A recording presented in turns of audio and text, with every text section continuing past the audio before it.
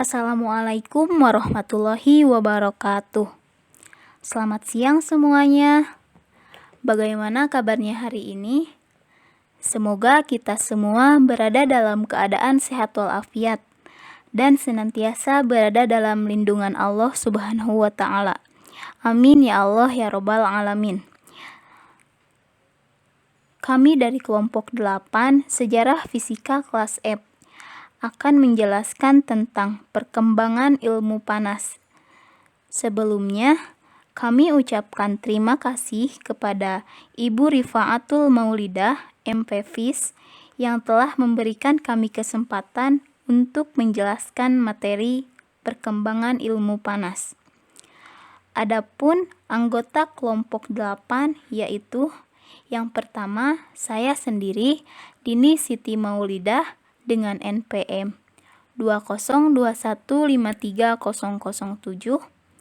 Yang kedua, Farisan Lisedama dengan NPM 2021530015.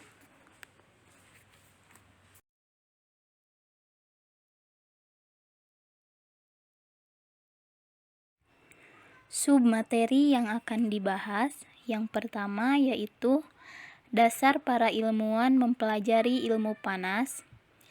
2. Manusia purba membuat api. 3.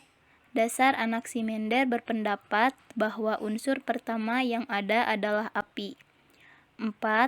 Eksperimen yang dilakukan oleh Leonard Carnot. 5. Teori kalori Lavoisier. 6. Latar belakang teori kalorik. 7. Penemuan mesin uap. 8. Perbedaan termoskop Galileo dengan termometer saat ini. Dan yang ke-9, penerapan perpindahan panas dalam kehidupan sehari-hari. Dasar para ilmuwan mempelajari ilmu panas. Mengenai latar belakang ketertarikan para ilmuwan tertarik akan ilmu panas yang bermula dari pengamatan mereka pada fenomena-fenomena yang sering terjadi di keseharian mereka, seperti pada siklus hujan, es kutub yang mencair, kondisi kering suatu wilayah, pakaian basah yang mengering, dan masih banyak lagi. Nah, dari pengamatan tersebut, ilmuwan berpendapat bahwa apabila ilmu tersebut dikaji dengan lebih dalam, maka pemanfaatan sumber panas pun akan lebih optimal. Manusia purba dan api. Terdapat perdebatan oleh para ahli bagaimana manusia purba dapat menemukan api. Adapun teori yang terkenal adalah yang pertama, manusia purba membenturkan dua batu yang kemudian menciptakan percikan api. Yang kedua, mereka menggesekkan dua ranting kayu yang kemudian menciptakan panas dan membakar ranting tersebut. Nah, pada awalnya, manusia memiliki rasa takut terhadap api. Akan tetapi, dengan akal yang mereka miliki, mereka pun mulai memahami akan kegunaan panas api tersebut, yaitu untuk membantu kehidupan mereka, seperti memasak hasil buruan atau sebagai sumber cahaya pada malam hari. Dasar pemikiran Anaximender. Pemikiran Anaximender tentang alam semesta adalah ketika pemisahan panas dan dingin. Bola api akan muncul dan mengelilingi bumi seperti kulit pohon. Bola ini pecah untuk membentuk sisa dari alam semesta. Dapat dilihat dari gambar di samping yang merupakan model alam semesta yang dibuat oleh Anaximender dengan pemikiran bahwa semua berawal dari api. Dari pemikiran Anaximender, susunan alam semesta adalah sebagai berikut. Yang pertama, matahari merupakan api di titik terjauh semesta dan dapat dilihat dari lubang yang seukuran dengan bumi. Yang kedua, jarak radius orbit matahari sekitar 27 sampai 28 kali radius bumi. Yang ketiga, gerhana terjadi karena ada penyumbatan pada lubang matahari. Yang keempat, Bulan adalah api yang kurang intens dan lubangnya dapat berubah-ubah yang menjelaskan fase bulan. Yang kelima, jarak radius bulan adalah 18-19 kali dari radius bumi. Yang keenam, bintang dan planet adalah api yang lebih dekat dengan panas yang kurang intens. Nah, pemikiran Anaximander tersebut hanya berupa khayalan dan tidak dibuktikan secara ilmiah menggunakan perhitungan yang sudah ditemukan. Eksperimen Leonard Carnot. Sadi Nicholas Leonard Carnot menyatakan bahwa panas tidak lain daripada gerak partikel-partikel benda. Panas ini dan energi mekanis adalah ekuivalen. Nah, dari pernyataan tersebut, ia buktikan pada tahun 1830 ketika Carnot membandingkan mesin uapnya dengan roda-roda air yang ternyata perbandingannya itu tidak eksak. Dan sejumlah panas diubah menjadi energi mekanis itu menghilang ketika mesin beroperasi.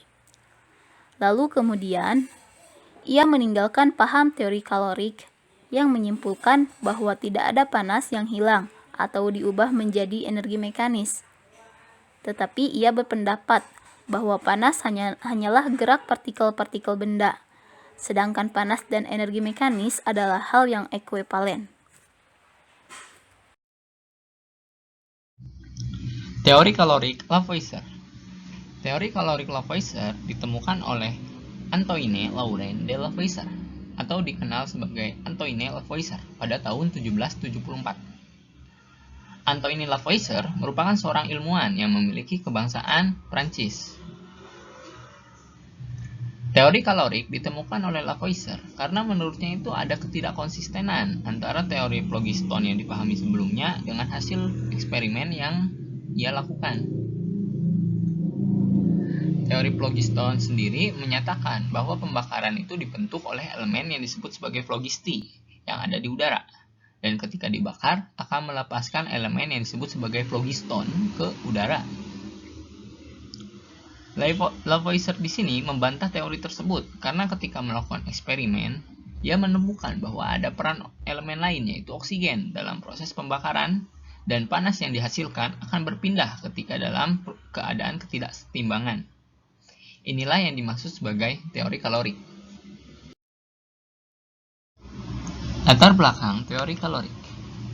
Kalorimeter es pertama di dunia digunakan oleh Antoine Lavoisier dan Pierre-Simon Laplace untuk menentukan panas yang terlibat dalam berbagai perubahan kimia. Berdasarkan penemuan sebelumnya oleh Joseph Black tentang panas laten, penggunaan kalorimeter es inilah yang akan menjadi pondasi dari termokimia. Pada sejarah ilmu panas, deskripsi dari panas itu dikacaukan oleh J.J. Besser dan George R. Stahl yang menjelaskan teori pembakaran phlogiston pada abad ke-17. Akan tetapi, dengan adanya teori kalorik yang dikenalkan oleh Antoine Lavoisier yang menjelaskan bahwa adanya keterlibatan oksigen dalam proses pembakaran, membuat teori phlogiston dengan eksperimen yang dilakukan tidak konsisten dan menciptakan sebuah definisi baru yaitu kalori, yang diartikan sebagai cairan halus dan disebut sebagai zat panas. Penemuan mesin uap. Mesin uap adalah mesin yang menjadi dasar terjadinya peristiwa yang dikenal sebagai revolusi industri. Mesin uap ini tidak dibuat atau diciptakan secara instan oleh satu ilmuwan, melainkan adanya perkembangan, kerjasama, atau penyempurnaan dari satu ilmuwan ke ilmuwan lain. Mesin uap yang pertama kali diciptakan itu diciptakan oleh Hero dari Alexandria, yang masih berupa prototipe turbin uap primitif yang bekerja menggunakan prinsip reaksi. Cara dari kerja mesin uap Hero adalah dengan menggunakan tekanan uap untuk memutar bola atau bejana yang berisi air sebagai bahan baku penghasil uap. Bola atau bejana tersebut dapat berputar karena adanya dorongan dari uap yang keluar dari nosel yang terletak pada samping bejana. Ilmuwan selanjutnya adalah Giovanni Battista della Porta. Giovanni merupakan sarjana polimet yang berasal dari Napoli, Italia. Dia adalah seorang ilmuwan yang pertama kali menemukan bahwa peranan uap itu dapat menciptakan sebuah ruang hampa. Teori yang dikemukakannya adalah bahwa jika air dikonversikan menjadi uap dalam wadah yang tertutup, ia akan dapat menghasilkan peningkatan tekanan. Demikian pula sebaliknya, jika uap dikondensasikan menjadi air, maka akan menghasilkan penurunan tekanan. Teori ini akan menjadi konsep utama rancangan pengembangan mesin uap yang akan dilakukan oleh penerusnya. Ilmuwan selanjutnya adalah Denis Papin, yang mana pada 1678, fisikawan berkebangsaan Prancis ini menemukan suatu alat yang dinamakan sebagai steam digester. Alat tersebut ia kembangkan dengan seorang temannya yaitu Robert Boyle yang juga seorang fisikawan. Steam digester ini berbentuk seperti sebuah wadah dengan penutup yang digunakan untuk menghasilkan uap bertekanan. Papin melengkapi alatnya dengan katup yang dapat bergerak naik turun sebagai tempat pembuangan uap untuk mengatur tekanan wadah agar tidak meledak. Papin juga menambahkan torak di bagian atas silinder yang tertutup yang nantinya akan bergerak naik turun sesuai dengan teorinya Giovanni. Konsep ini yang akan menjadi awal ditemukannya mesin uap pertama di dunia yang bekerja menggunakan piston dan silinder mesin.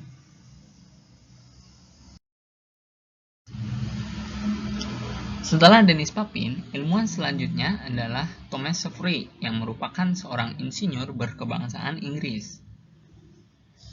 Penemuan mesin uap Thomas Savery diawali ketika terdapat kendala di tambang batu bara yang sedang kesulitan untuk memompa air yang digunakan untuk mengairi tambang. Mesin uap Savery bekerja dengan cara menaikkan tekanan uap di dalam ketel, dan uap tersebut kemudian dimasukkan ke dalam bejana kerja sehingga memungkinkan untuk meniup air keluar melalui pipa bawah. Ketika temperatur dalam bejana menjadi panas, keran antara ketel dan bejana ditutup agar uap yang berada di dalamnya terkondensasi dan menciptakan vakum parsial serta tekanan atmosfer yang mendorong air ke atas melalui pipa bawah hingga bejana akan penuh. Pada titik ini, keran di bawah bejana ditutup dan keran antara bejana dan pipa atas dibuka untuk mengalirkan air dari ketel. Tekanan uap yang tinggi akan memaksa air keluar dari bejana. Ilmuwan selanjutnya adalah Thomas Newcomen. Newcomen merupakan pandai besi Inggris yang menemukan mesin uap atmosfer setelah melakukan perbaikan terhadap desain mesin uap Thomas Savery. Mesin uap Newcomen menggunakan kekuatan tekanan atmosfer untuk bekerja sehingga intensitas tekanan mesinnya tidak dibatasi oleh tekanan uap saja. Mesin dari Newcomen memiliki boiler tepat di bawah silinder.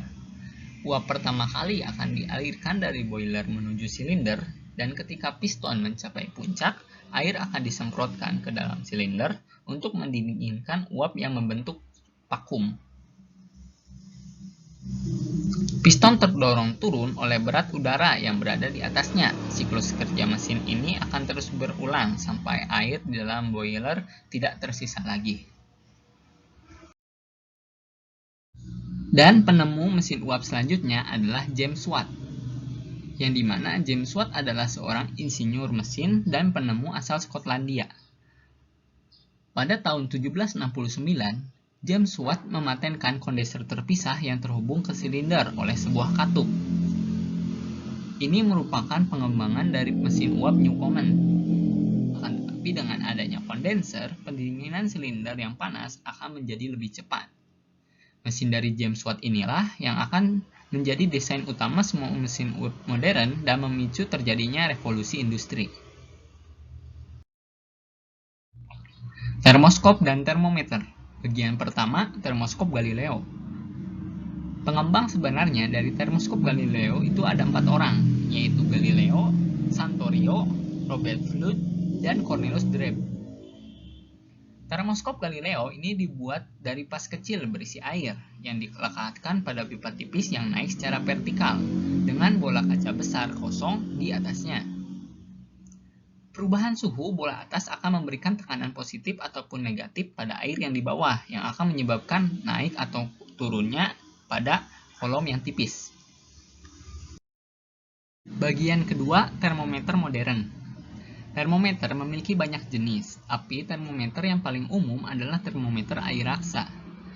Termometer ini berisi air raksa yang ditempatkan pada suatu tabung kaca. Dengan tanda yang terdapat pada tabung membuat temperatur dapat dibaca sesuai dengan panjang air raksa di dalam gelas dan akan bervariasi sesuai suhu. Untuk meningkatkan ketelitian, biasanya ada bolam air raksa pada ujung termometer yang berisi sebagian besar air raksa. Selain menggunakan air raksa, beberapa termometer juga menggunakan alkohol sebagai pengganti dari air raksa. Setelah mengetahui bentuk dari termoskop Galileo dan termometer modern, kita dapat mengambil perbedaan dari kedua benda tersebut. Yang pertama adalah termoskop Galileo itu tidak memiliki skala, hanya bisa digunakan untuk menunjukkan temperatur yang berbeda, tidak dapat mengukur suhu yang ekstrim, dan pengukuran suhu itu berlangsung lama. Sedangkan untuk termometer modern sudah memiliki skala yang pasti, yaitu Celsius, Reaumur, Fahrenheit, ataupun Kelvin, dan dapat digunakan untuk berbagai tujuan yang berhubungan dengan suhu. Ia juga dapat mengukur suhu yang ekstrim dan pengukuran suhu relatif cepat. Termoskop Galileo dan termometer modern memiliki satu persamaan yang sama, yaitu cara pakai kedua alat adalah dengan meletakkan alat ukur tersebut ke objek yang akan diukur.